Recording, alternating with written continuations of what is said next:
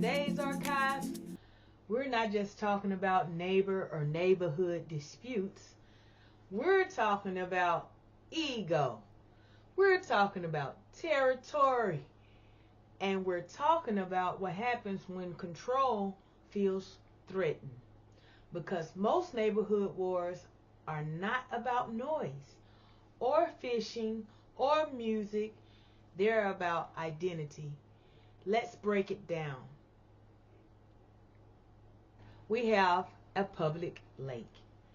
Two young men were fishing. Neighbor approaches, and guess what he decided to do? Push one of them into the water. Then he denied that he did that. Immediately notice something. This wasn't about fishing. The lake is public. No rules were broken. This was about perceived ownership. Some people psychologically claim space that does not belong to them. And when someone enters that space, they interrupt it as disrespect. Now, watch what happens next. He lies. Then he calls the police. That's control behavior. Push, deny, then attempt to flip the narrative. If that young man didn't have a body cam, the story might have gotten out of hand and gone very differently. That's ego protecting itself at all costs.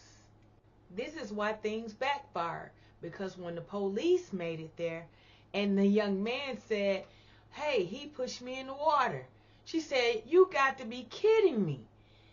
She said, "Do you have the camera footage?" He said, "I sure do," as she seen that he was really wearing a body cam.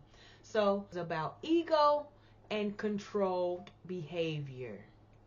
Now, this one is different, but the pattern is the same. A man simply trying to return to his job, an elevator wide open, no physical trap.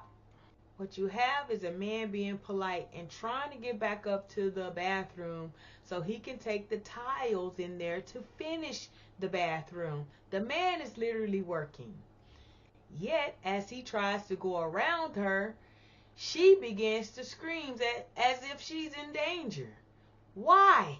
Sometimes control doesn't show up as aggression. Sometimes it shows up as performance. When someone feels emotionally dysregulated, they escalate the situation to gain what? Power.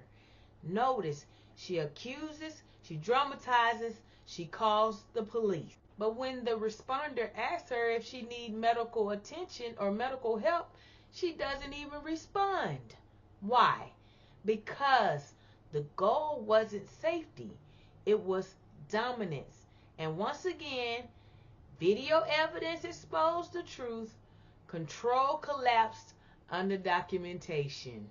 And when the police arrived, the man just simply showed his recordings, and at this point, there was agreement for no more tenants to have a key to the elevator, period. Now, this one really took me by storm because it really could have been avoided. The lady just wanted to cause a scene and be all dramatic over nothing, over wanting to be dominant, over wanting to have so much control that she knocked all the other tenants after having the key to the main elevator. Let's continue. Now, this one feels almost petty. A woman playing music peacefully, a crowd enjoying it. An older man approaches, claiming it's ruining his walk with his dog and he lives a couple of blocks away, so it's bothering him type situation. But I want you to pay close attention because there is going to be a shift And I want you all to be able to notice the shift. The moment that the bystanders starts to support her, his agitation just increases. And why do his agitation increase? Because it's no longer about sound. It's about losing authority. He tries to, for one, command the crowd. He tries to dismiss outsiders. He tries to control the narrative. He tries to then physically interfere. And when he wasn't getting the response he wanted, guess what he decided to do? He decided to reach down there and unplug her amp to her guitar.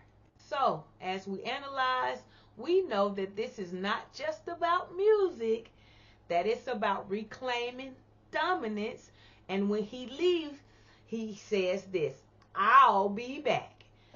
That is an unresolved ego still fighting for dominance. Now let's face it, across all three situations, the common thread is this: ego, territory, and control. When people feel, number one, overlooked, number two, powerless, number three, disrespected, number four, displaced, guess what happened?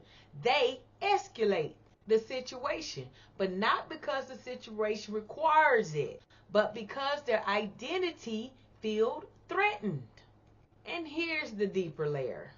None of these conflicts was about the surface issue. Not the lake, not the elevator, not the music. They were about psychological ownership. Some people believe, if I live here, I control here. And when reality contradicts that belief, they react emotionally. Let's face it. Neighborhood wars are rarely about neighbors. They're about unresolved insecurity looking for a stage. And when ego meets public space, guess what? It results in chaos. Thanks again for tuning in. STJ Archives signing off.